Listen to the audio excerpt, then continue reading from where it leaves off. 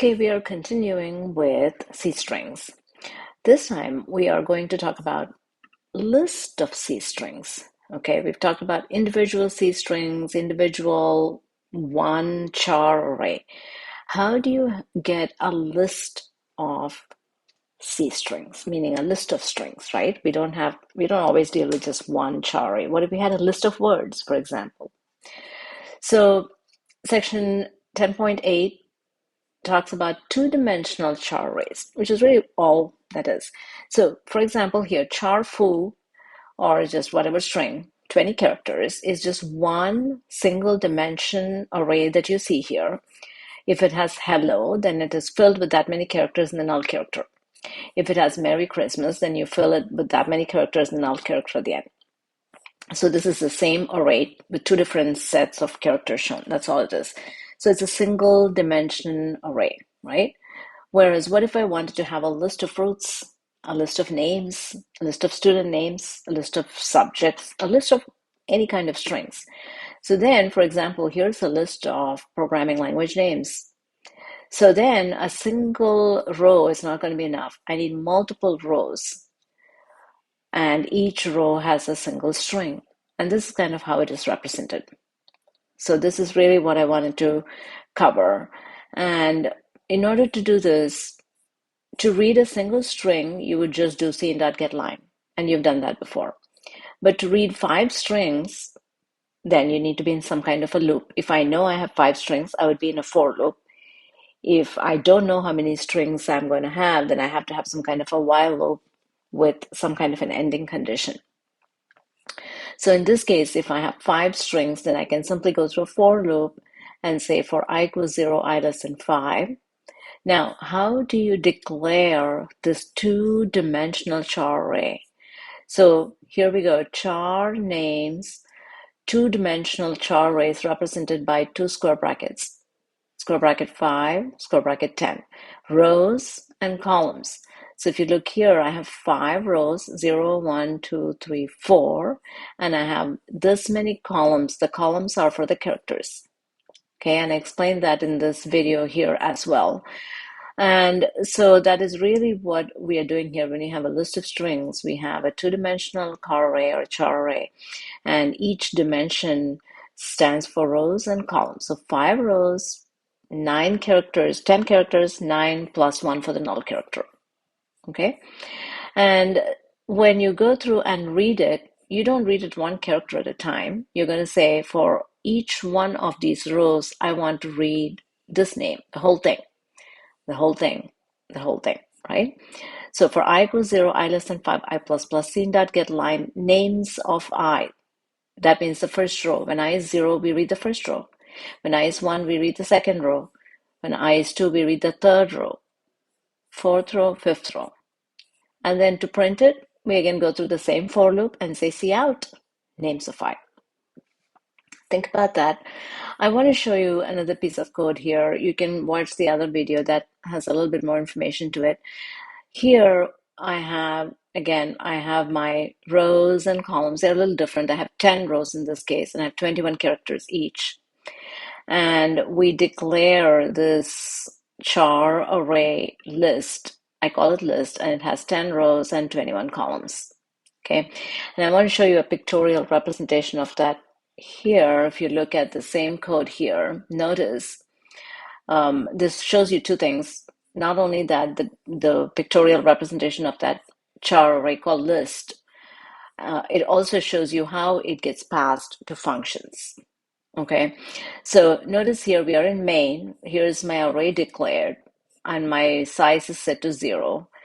My size is just the number of rows I'm going to have, so it doesn't matter in this case. Okay, then I call this function called read input, and I send list to it. Notice the syntax for passing a two-dimensional char array to my function. Read input takes a char array. You don't get to put in the first square bracket. It's always empty. The second square bracket is exactly filled with the same value. That's very important. And if you come here, notice what happens. It's called list. We don't make a copy of that whole thing. Notice here I have this list, which is a pointer. Remember our pointer from before? It's the same concept. List is a pointer, and it is going to point to that first spot. Okay? And what I have here is we are going to go through the for loop. We're going to read into the first row, second row, third row, and I'm doing it for like 5 rows here. See, my for loop goes through for I equals 0, I less than 5. So you can ignore that. I try to read input from the user, but we're not going to be able to read input from the user, at least in Python Tutor. But this picture really shows you how the two-dimensional array is and how we are referring to it from the function. What happens in a function call? So list is just the name of the pointer. It's pointing to our original list here called list. And notice when I string copy, again, I'm not reading from the input because Python Tutor won't let me do that in this case, but I can copy a string into that first row. Notice I copied it into the first row.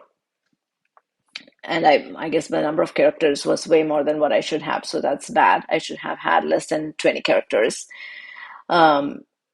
So I won't edit the code now, but it should have something less. But we go next, and it's going to copy the same thing.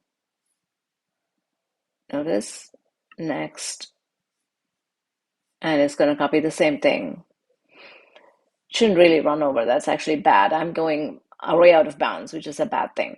So you want to make sure the number of characters you have is less than whatever you have up there. And you do next, it's going to do it. So it's going to keep copying the same line 5 times, which is what I have. And then it's going to be done. So you notice what we do, this is how we read into a list of string, right? List of strings. And that's kind of what I showed here. It works a little different. What we do here is I call this function, I ask the user, how many strings do you want to enter? Because it's on Replit, now I can do a few things. I can read input. I ask it, how many strings do you want to enter? We go through a for loop, we read the strings from the user. We return the count, whatever the user entered. That goes back here as size. Then I call output function, which just prints the whole thing, So here, let's run it. Okay, so let's assume I'm going to have a list of, I don't know, programming language names. I want 8 of them. Okay, so let's say Java, HTML, C++, Ruby, Python, more. How many do I have? 1, 2, 3, 4, 5, 6.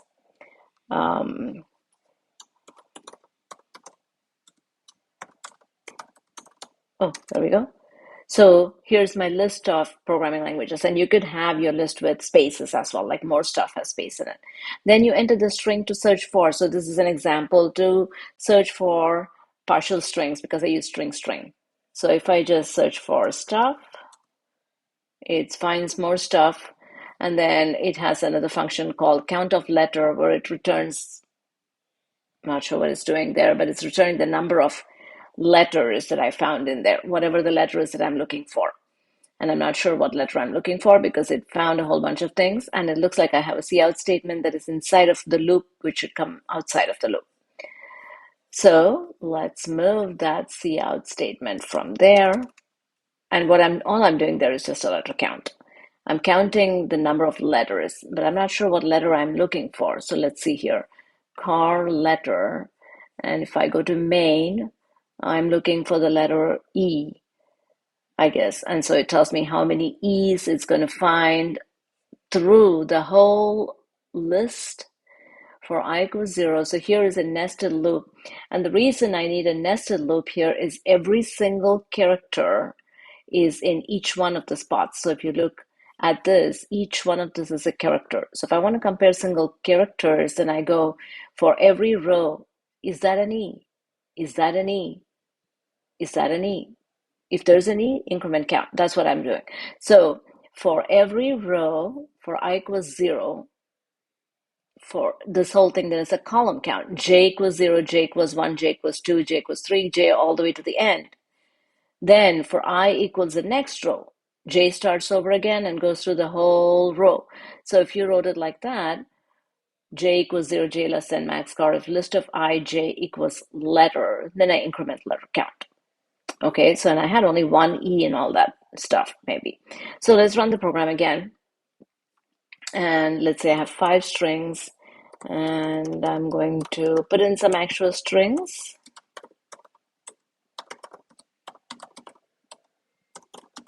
more ease, something like that, whatever we want to say. So there we go. So there's all my strings. Enter the string to search for. Let's say I want to search for E, then I get a whole bunch of things. Um, so I got, this is a test. That was the first thing. As soon as I find the first string, I break out of there. See the break? So I don't look for more strings. Count of letter is 13. I have 13 E's. So go through this program, see if it makes sense, um, and go back here and watch this video and think about how a list of strings can be manipulated. And we work more on this as we read from files in the next few chapters.